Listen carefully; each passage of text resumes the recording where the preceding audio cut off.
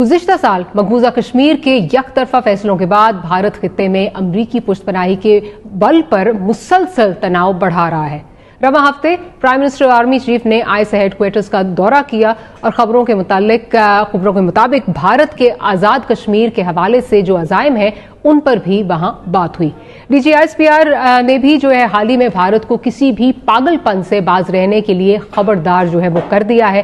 हालात इस दौरान ये क्यों बनाए जा रहे हैं, क्या भारत की तरफ से इसकी जो वजूहात हैं वो क्या है वो तलाश करने की कोशिश करेंगे, या जैसे कि खदशा जाहिर किया जा रहा है कि भारत सी पैक के खिलाफ अज़ाइम रखता है और गिलगित बल्तिस्तान में कोई एडवेंचरिज्म करने जा रहा है, ये उसका नतीजा है।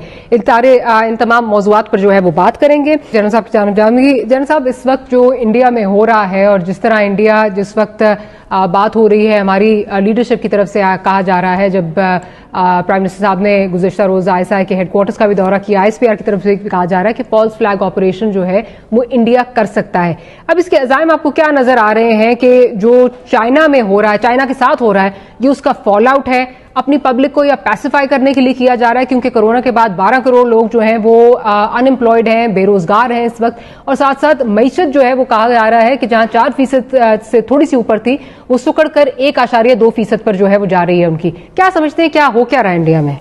ये टाइम उसके पास है कि ये यहाँ पे वो कुछ करे।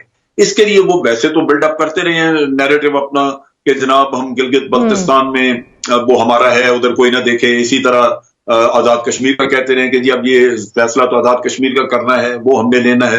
ये चीजें तो चल ही रही थी, लेकिन जंग का माहौल आप इसमें देखें कि आपने पिछले 2 हफ्तों में 3 क्वाडकॉप्टर उनके गिराए हैं। इसका मतलब यह है कि वो जासूसी कर रहे हैं, वो आपके जो डिफेंसेस हैं उनकी तस्वीरें वगैरह ले रहे हैं, कोई तैयारी है उसमें।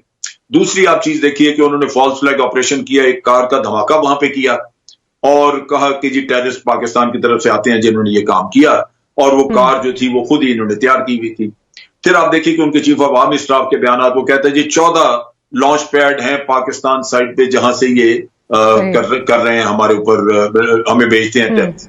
टेररिस्ट कोई नहीं है, ना कोई जाता है ना कुछ है, उधर फेंस भी लगी हुई है।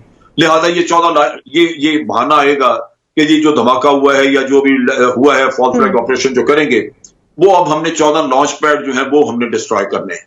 तो ये और ये उसके साथ साथ और भी बहुत सारे जैसे भी एक सेकंड मुझे जरा बात मारिए। देखिए ये डिफेंस से रिलेटेड चीज है, बात मुकम्मल करने दें।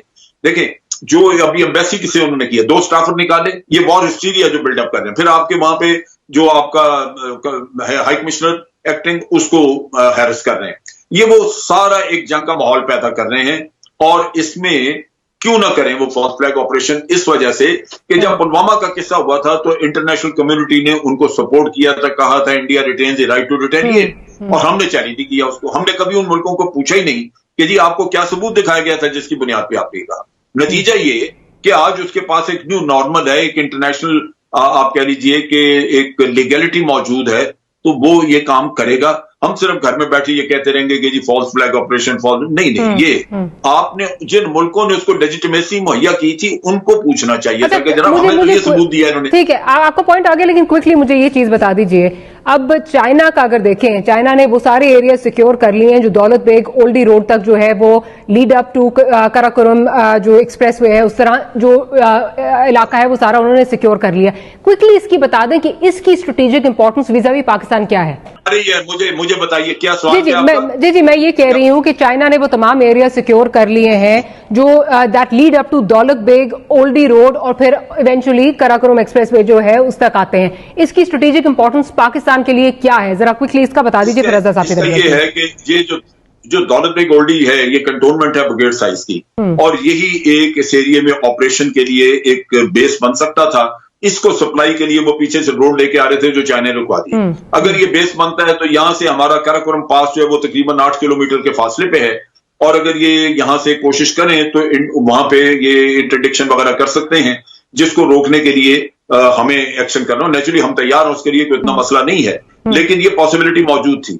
चाइना जैसे आया है गोलान वैली में, गोलान रिवर वैली में, तो उन्होंने एक सिक्योरिटी पैरामीटर दे दिया है सारी चीज को। हमारे कराकोरम हाईवे को एक सिक्योरिटी पैरामीटर मिल गया है, क्योंकि अब दौलत बेग ओल्डी को सप्लाई नहीं किया जा सकता। वो सड़क जो है वो चाइनीज के बिल्कुल नीचे उनके कंट्रोल में आ चुकी है।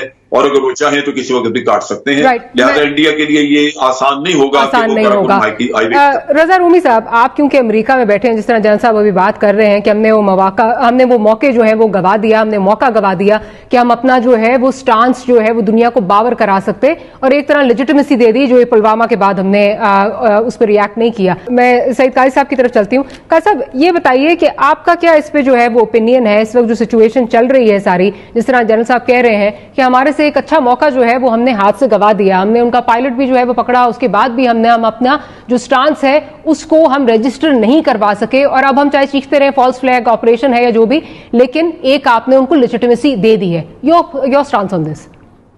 देखिए, खारजा माज तो हमारा बड़ा वीक है, और जो हमारे वजीर खारजा भी हैं वो ही इज ऑल टॉक में जो है, एक तो ये बात है। बाकी जनरल साहब ने बाय एंड लार्ज ठीक बात की है कि ये अंदर के बहरान को बाहर का रास्ता दिखाएगा।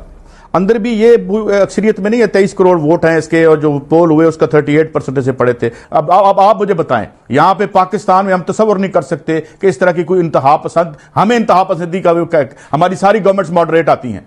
मुस्लिम लीग नून जो है वो कोई जो है वो एक्सट्रीमिस्ट गवर्नमेंट तो नहीं थी, ना पीपल्स पार्टी की है ना इमरान खान की है। वहां आप देखें कौन लोग वहां पावर में आ गए हैं, वो कर क्या रहे हैं और इलाज क्या बता रहे हैं लोगों को, यानी कितनी पसमानदगी है। तो मेरे ख्याल में वो ऐसी कुछ बात, ऐसा काम बेहतर जनरल साहब बता सकते हैं, मगर वो अपनी सर्वाइवल के लिए और पावर में रहने के लिए कोई भी बेहुदा हरकत कर सकता है। हमें जो है वो मोहतात रहना चाहिए। जी डॉक्टर मालिक। ठीक है, मैं जरा रजा रूमी साहब, क्या आप हमारे साथ मौजूद हैं इस वक्त?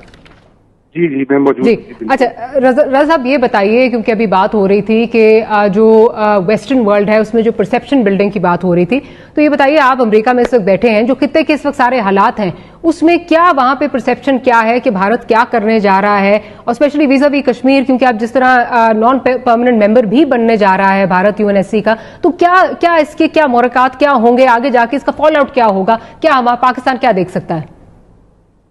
देखिए, ये जो साल है, ये इस साल तो मगरबी दुनिया जो है उसको अपनी मुसीबत पड़ी हुई है कोविड-19 और माशी दबूहाली की वजह से। दुनिया जो है वो एक रिसेशन में चली गई है, बेशमूल पाकिस्तान। और जैसे कि आपके इल्म में है कि यही इस वक्त सबसे बड़ा मसला है, चाहे अमेरिका हो चाहे हिंदुस्तान हो। और इधर मसला जो है इंडिया का भी यही मसला है कि वहां पे जिस हिसाब से मैशत गिर रही है, वहां पर मोदी के पास दिखाने को कुछ नहीं है। और उनकी दूसरी टर्म में यही वादा था, लोगों का यही ख्याल था कि लोगों की जिंदगियां बेहतर होगी, खुशहाली आएगी। लेकिन अब ये जो कोरोना वायरस की वजह से इंडियन इकोनॉमी मजीद गिर गई है, वहां पर रिकॉर्ड बेरोजगारी है। अमेरिका में भी ऐसा ही आलम है। और ट्रंप और मोदी जैसे हुक्मरान जो हैं, जो कि पॉपुलिस्ट नारों के ऊपर पावर लेते हैं और इंतहा पसंद सोच को फरोग देते हैं, ये साल इनकी किस्मत का साल होगा।